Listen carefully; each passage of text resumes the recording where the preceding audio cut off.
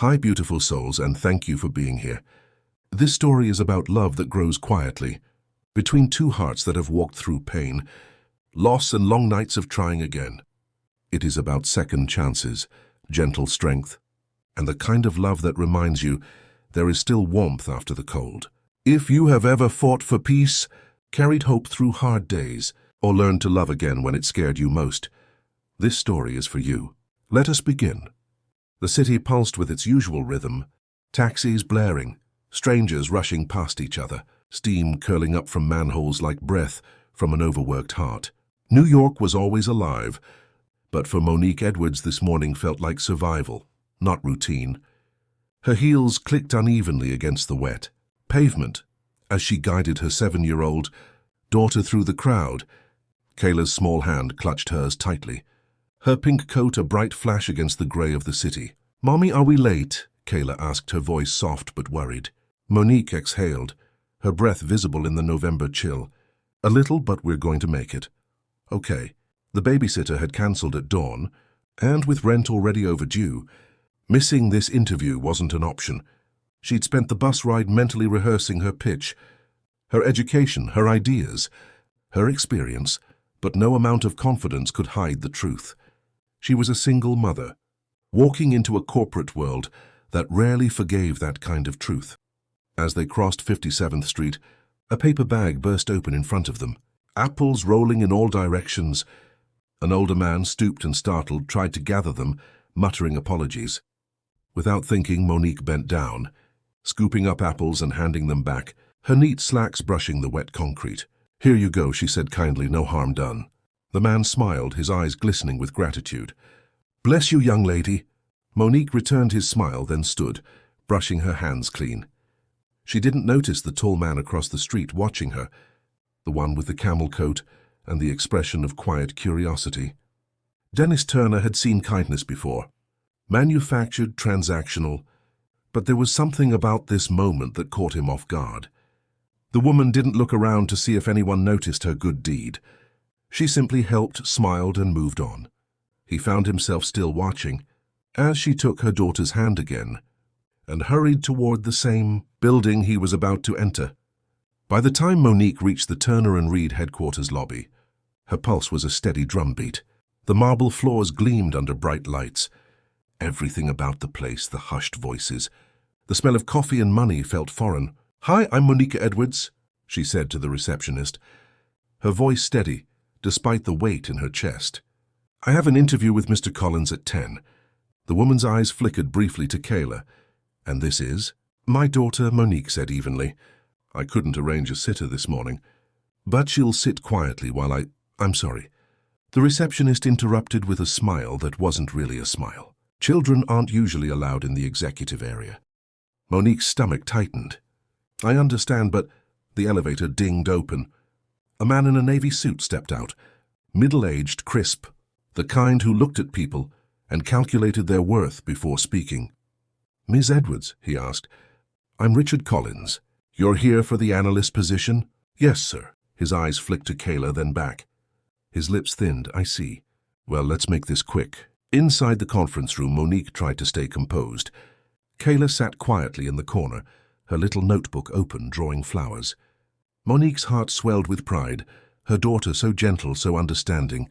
So Collins began flipping through her resume. "You've been out of full-time work for almost 8 years.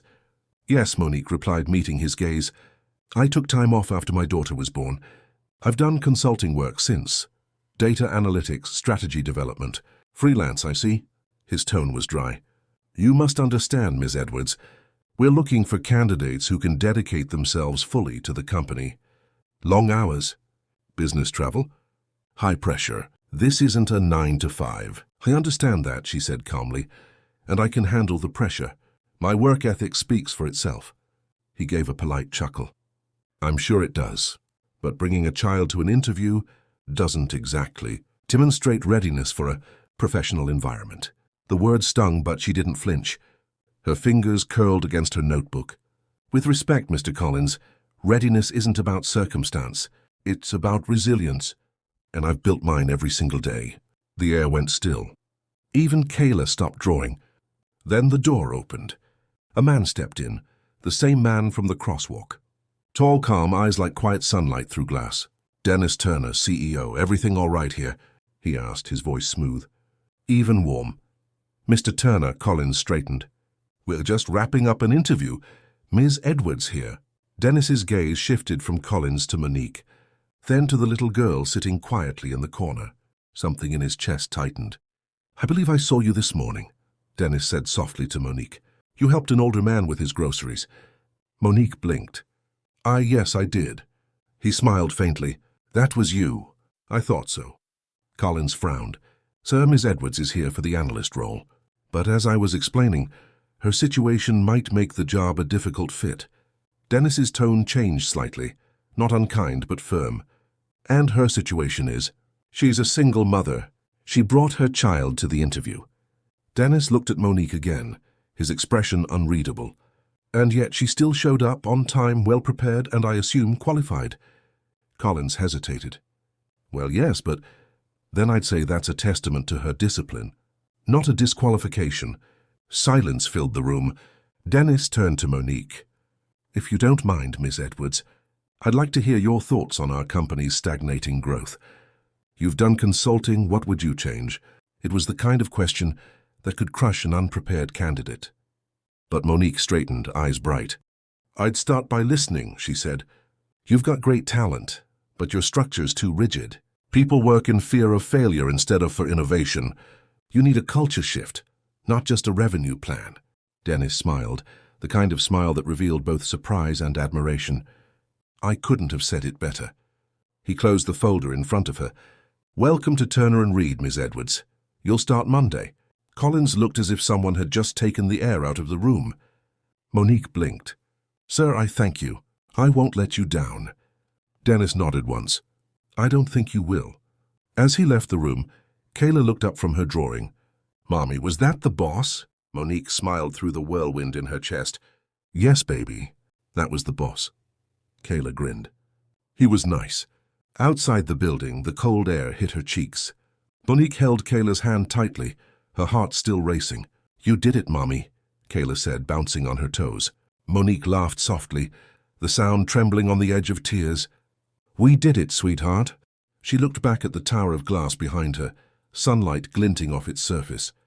Somewhere high above, Dennis Turner was probably back in his office, drinking coffee, reading reports. Yet his words lingered in her mind. "You showed up. You were prepared." For the first time in years, she felt seen not as a burden, not as a statistic, but as a woman capable of rebuilding her life. That evening, Dennis stood by his office window. The city sprawled beneath him in a sea of golden lights. His assistant had dropped her file off on his desk. He hadn't meant to open it, but curiosity won. Monique Edwards, 30 years old, Tulane University graduate, former data strategist, left the workforce after childbirth. A single mother who helped a stranger on the street and faced condescension without flinching. He set the file down, his reflection ghosted against the glass. For a long moment, he simply stared at the skyline. He wasn't sure why she lingered in his thoughts. Maybe it was the way she spoke, or the strength beneath her calm. Maybe it was the way she carried herself, dignity intact, even when the world had given her every reason to fall apart. Whatever it was, he knew this much. Something had shifted today. Meanwhile, in a small apartment in Harlem, Monique tucked Kayla into bed. The hum of the city filled the quiet. "Mommy, yes, sweetheart. Do you think that man, the boss, is an angel?" Monique chuckled softly. "An angel? Why would you think that?" "Because he helped you. He saw you." Monique paused, her throat tightening. "Maybe he's just a good man." Kayla smiled sleepily. "Good men are angels too." Monique leaned down and kissed her forehead. "Then maybe he is." She turned off the lamp and stood by the window for a moment, watching the city lights blur into stars. Somewhere out there, fate had begun to turn quietly, gently, like the first flicker of dawn. And though she didn't know it yet, the man who saw her today would one day love her enough to change both their lives forever. 6 months had passed since that morning, the morning that had rewritten the rhythm of Monique's life. Now she was the quiet force behind Turner and Reed's revival.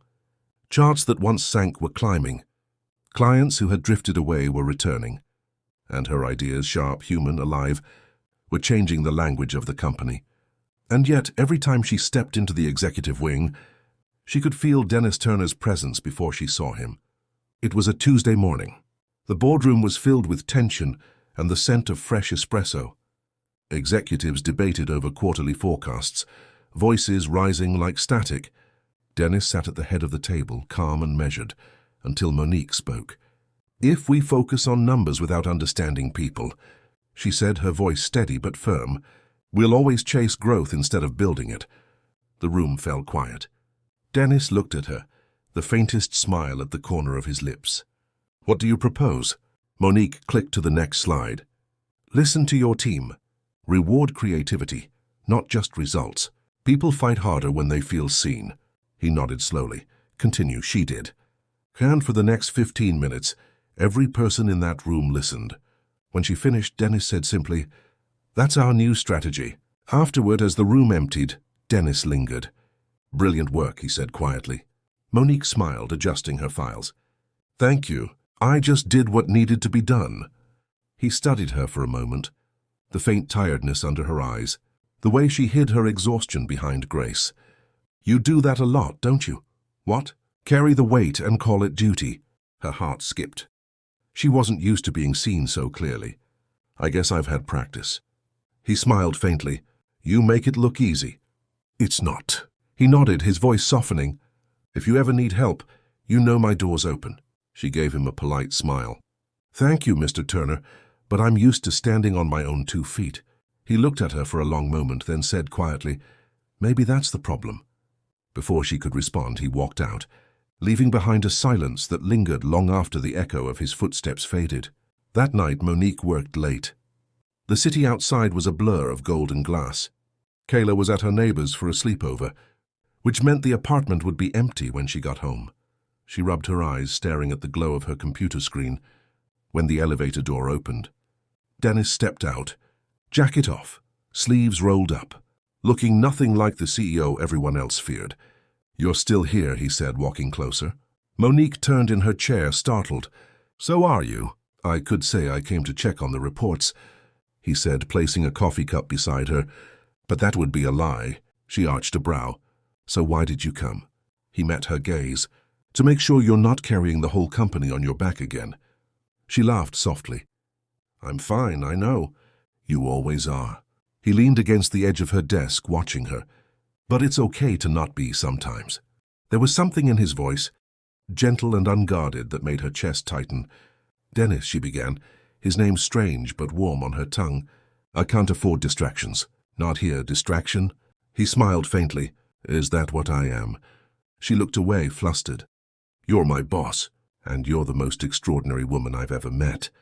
Her heart trembled. "Don't." "Why not?" "Because men say things they don't mean." Her voice cracked, raw, too honest. "And when they leave, women like me are left cleaning up the mess." Dennis stepped closer, lowering his voice. "I'm not him, Monique. You don't even know me. I do. I've watched you fight through every storm and never lose your kindness. I've watched you make this company breathe again. And I've watched you walk out every night alone, pretending you don't deserve to be loved." Her throat tightened. "That's not fair."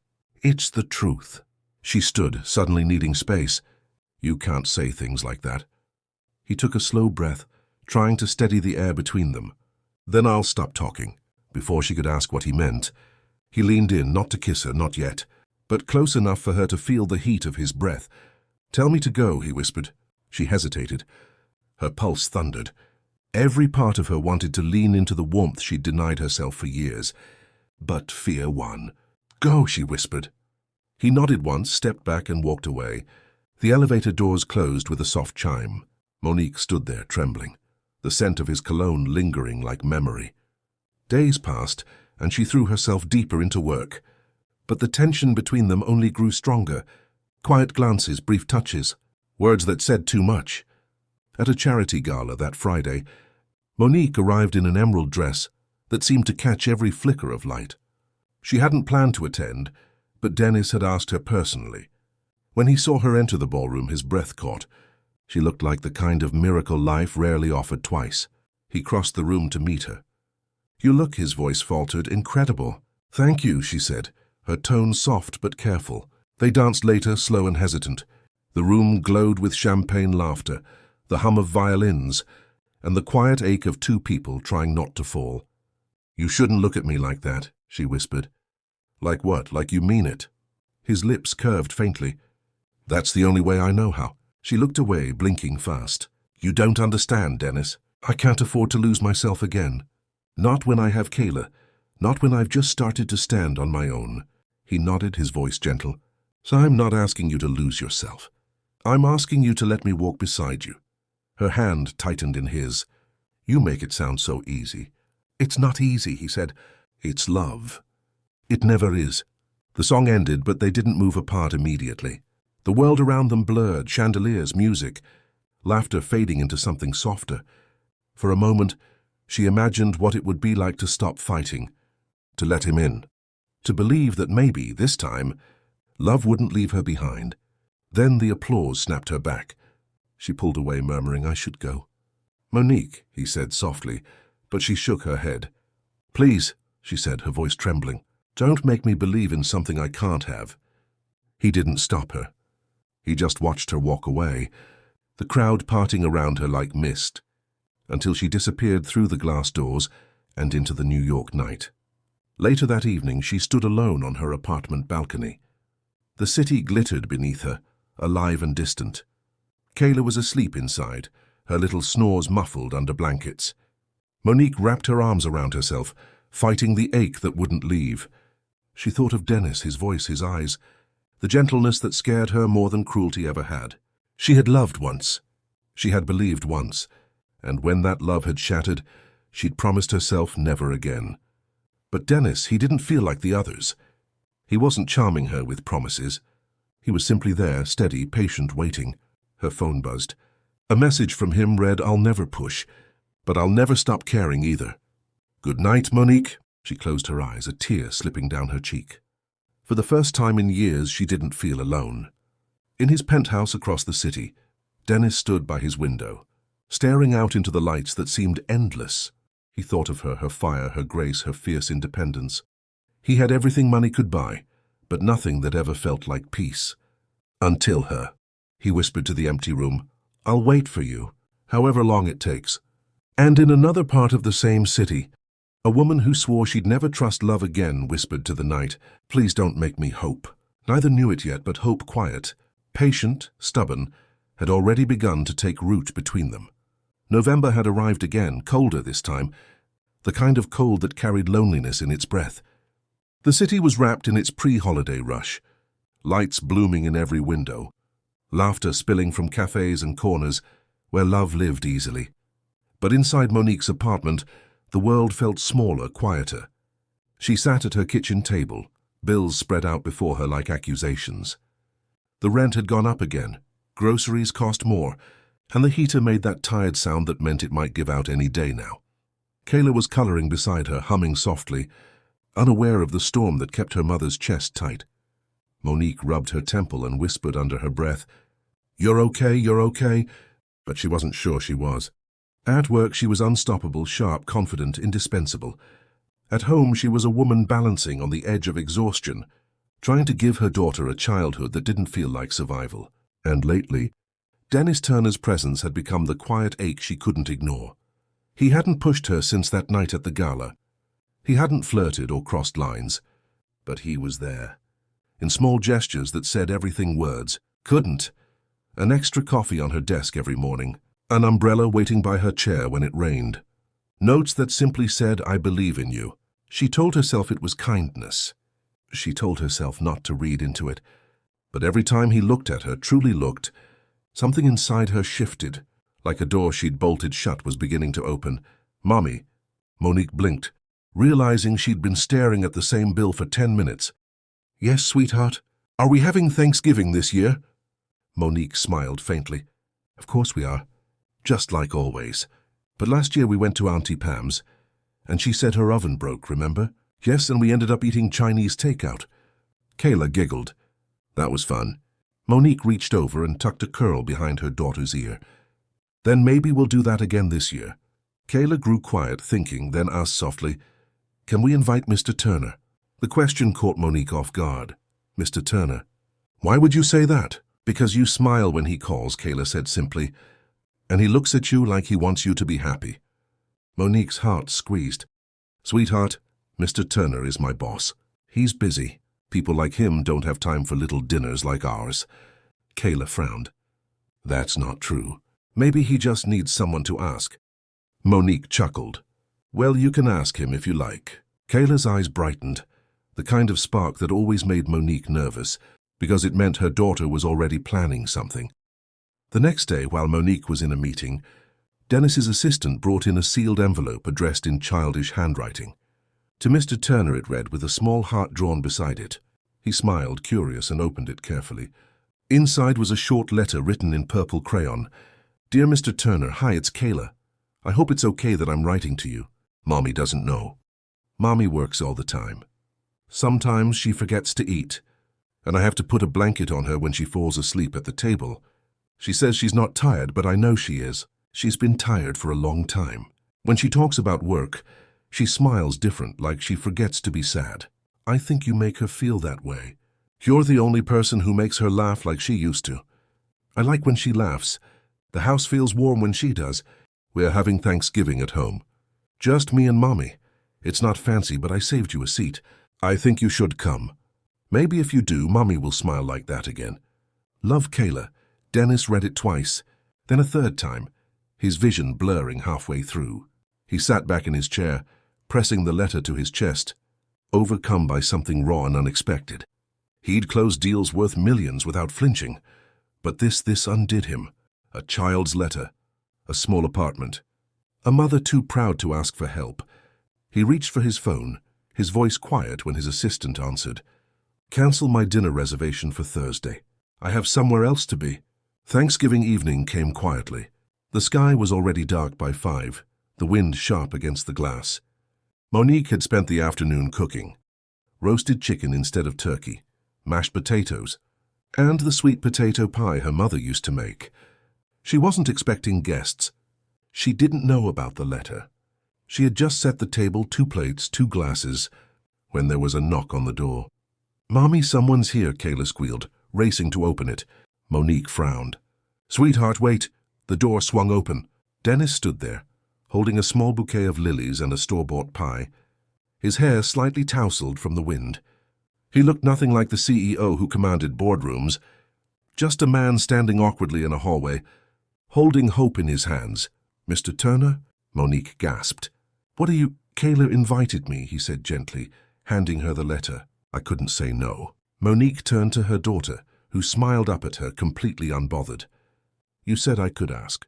Dennis smiled softly.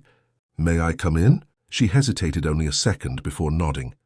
"Of course, come in." The warmth of the apartment wrapped around him as he entered. It smelled like cinnamon, roasted chicken, and something else. Something that felt like home. Dinner was simple, imperfect, and beautiful.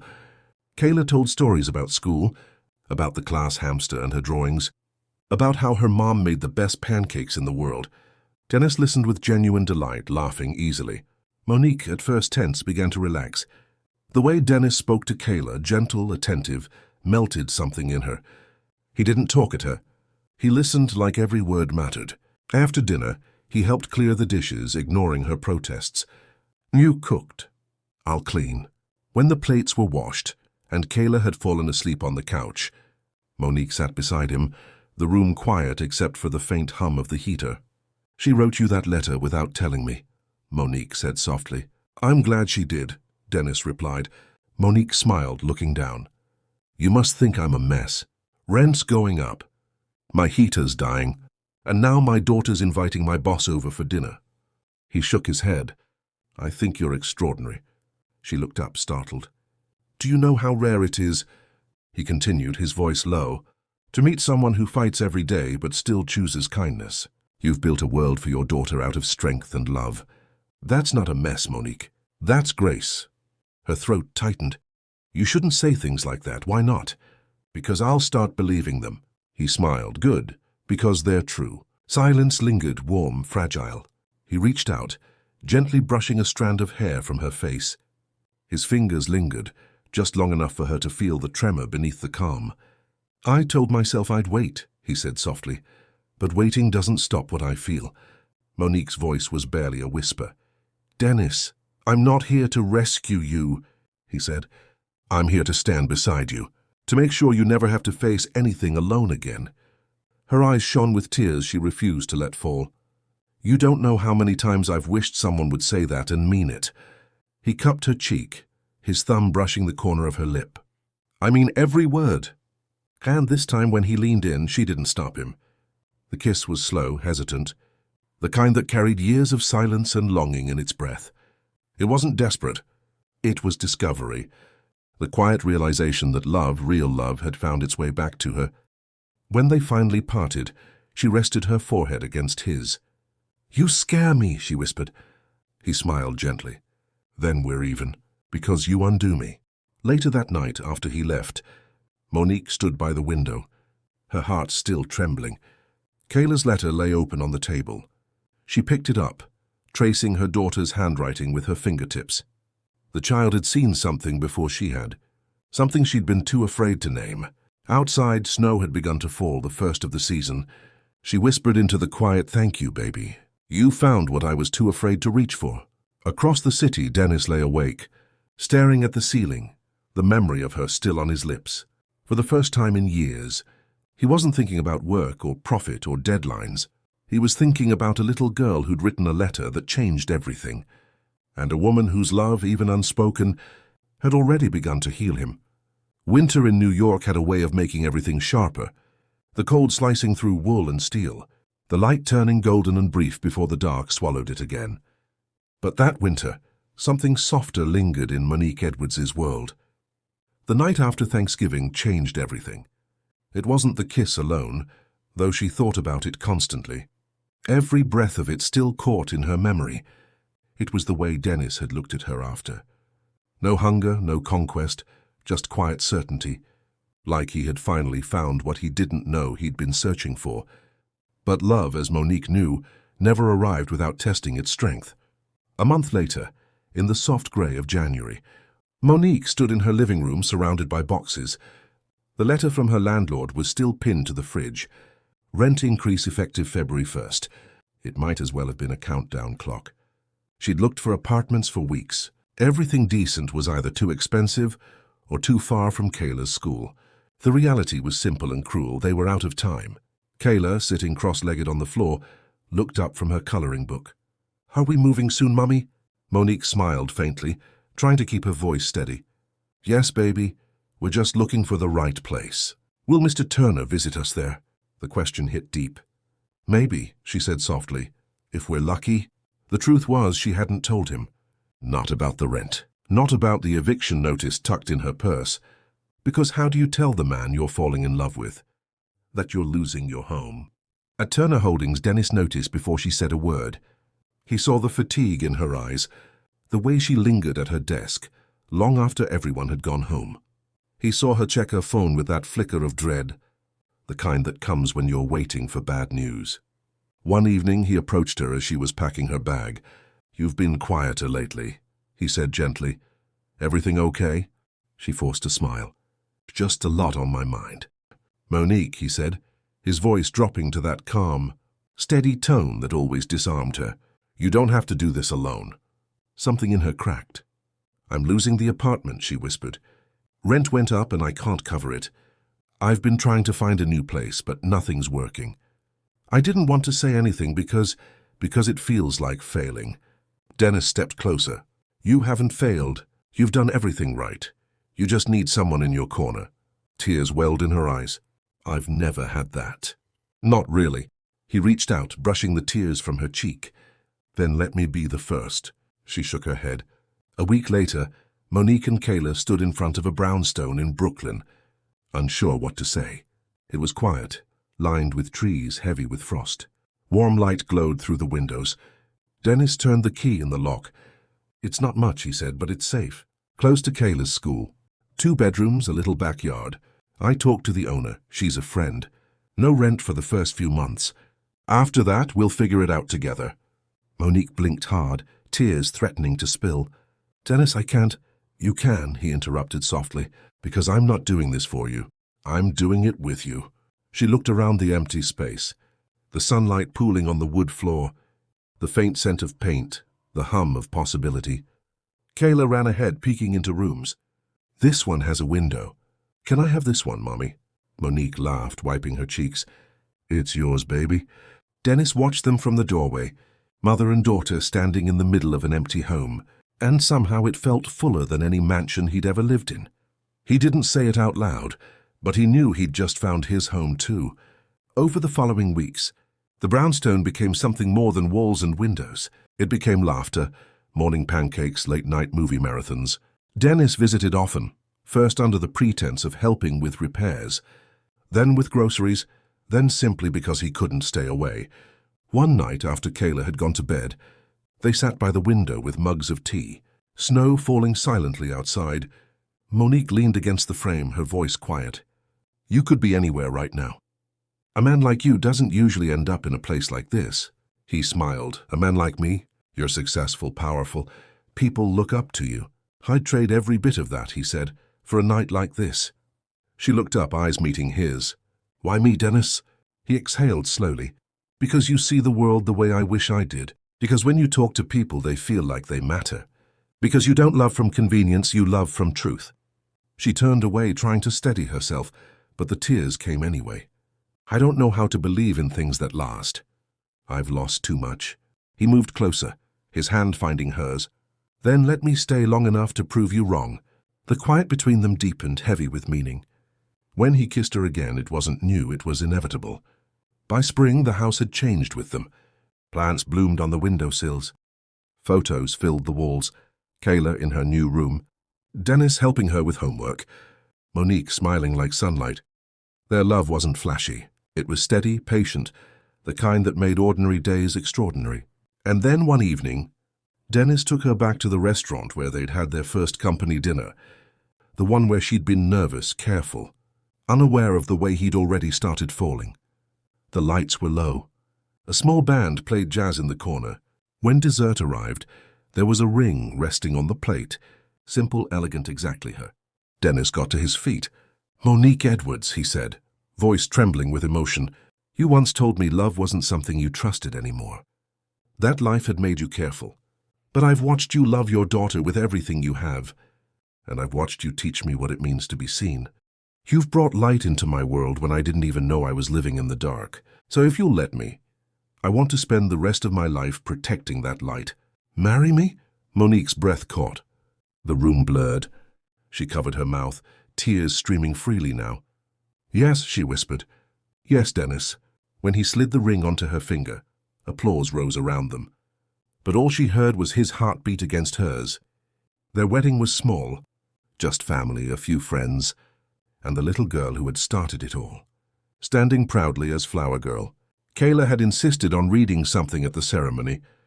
She climbed up onto a stool, holding a paper decorated in pink hearts. Once upon a time, she began, my mommy was sad. But then she met Mr. Turner, and he made her laugh again. I think that's what love is, when someone helps you find your smile. So now I'm glad she said yes, because I always wanted a dad who loves her like she deserves. The crowd melted. Monique covered her face, overwhelmed, while Dennis bent down and lifted Kayla into his arms, kissing her forehead. I love you too, sweetheart, he whispered. Later, when they danced, the lights soft and golden, Monique rested her head against his chest. Do you ever think, she murmured, that maybe everything that broke us was leading us here? He smiled against her hair. Every scar brought me closer to you. Outside, twilight faded into evening. Inside, warmth gathered, laughter, music, family. And as the night stretched on, Monique thought of all the ways her life had changed. The eviction notice, the sleepless nights, the little letter written in purple crayon. It had all led here, to this home, this love, this peace. Dennis whispered in her ear. You brought light into my life, Monique. Don't ever forget that. She smiled, eyes glistening. And you showed me it was safe to shine. Later that night, after everyone had gone, the house was still again. Monique stood in the doorway of Kayla's room, watching her daughter sleep. Snow drifted softly against the window, catching the glow from the streetlight outside. She turned toward Dennis, who stood behind her. his arm slipping around her waist. "Looks like she's happy," he murmured. "She is," Monique whispered. "We all are," and for the first time in her life she believed it. A year after their wedding, New York woke to spring again. Morning light streamed through the brownstone windows, scattering gold across the living room where Kayla's school drawings still covered the fridge, and laughter lingered in the air like music. Monique's world had changed, not with the flash of miracles, but with quiet, everyday love. And now in her arms was the newest piece of that love, their baby boy Gabriel Turner. He was small, soft, and impossibly perfect, his tiny fingers curled around one of hers, his breathing steady against her chest. Dennis sat beside her on the couch, his arm around her shoulders, unable to stop smiling. He looked at his son as though the world had just begun again. "I still can't believe it," he whispered, his voice full of wonder. "A year ago it was just us three. Now look at us." Monique leaned against him, exhaustion and joy mingling in her smile. "He's got your nose," she murmured, "and your stubbornness." Dennis laughed quietly, kissing her forehead. "And your heart. God help us all." Kayla tiptoed into the room, her curls bouncing, still in her pajamas. She peeked at the bundle in Monique's arms, eyes wide. "Can I hold him now?" she asked softly. Monique nodded, easing the baby into her lap. Kayla stared down at her brother, awestruck. "Hi, Gabriel," she whispered. "It's me, your big sister. You don't have to be scared. We've been waiting for you." Dennis's chest tightened as he watched them. Monique, radiant in the morning light, Kayla whispering to her brother, the baby blinking up at them like he already knew he was home. Monique looked up at him, eyes full of warmth. "We did it, Dennis." He reached for her hand, squeezing gently. "No," he said softly, "you did it. You brought light into everything, into me." She smiled, tears glimmering in her eyes. "No, we did it together." The baby stirred, letting out a tiny sigh, and the three of them laughed quietly, the sound soft, full and whole. Outside, the city hummed, unaware that in one small brownstone, love had rewritten its own story. And as Dennis leaned in, resting his forehead against hers, he whispered, "He's the proof of everything we fought for." Monique looked down at their son, then back at him. "He's the light we made together." The baby's hand twitched, finding hers. The morning light deepened to gold, and for the first time in forever, everything felt exactly right. "Thank you for staying until the end." This story was never just about love, it was about healing, about finding light again when life had dimmed it. It was about believing that even after heartbreak, something beautiful can still grow. If this story touched your heart, even for a moment, then it has done what it was meant to do. Keep believing in love, in second chances, and in the quiet magic of new beginnings. Until the next story, take care, stay kind, and keep your heart open. Vintage Mike Tales.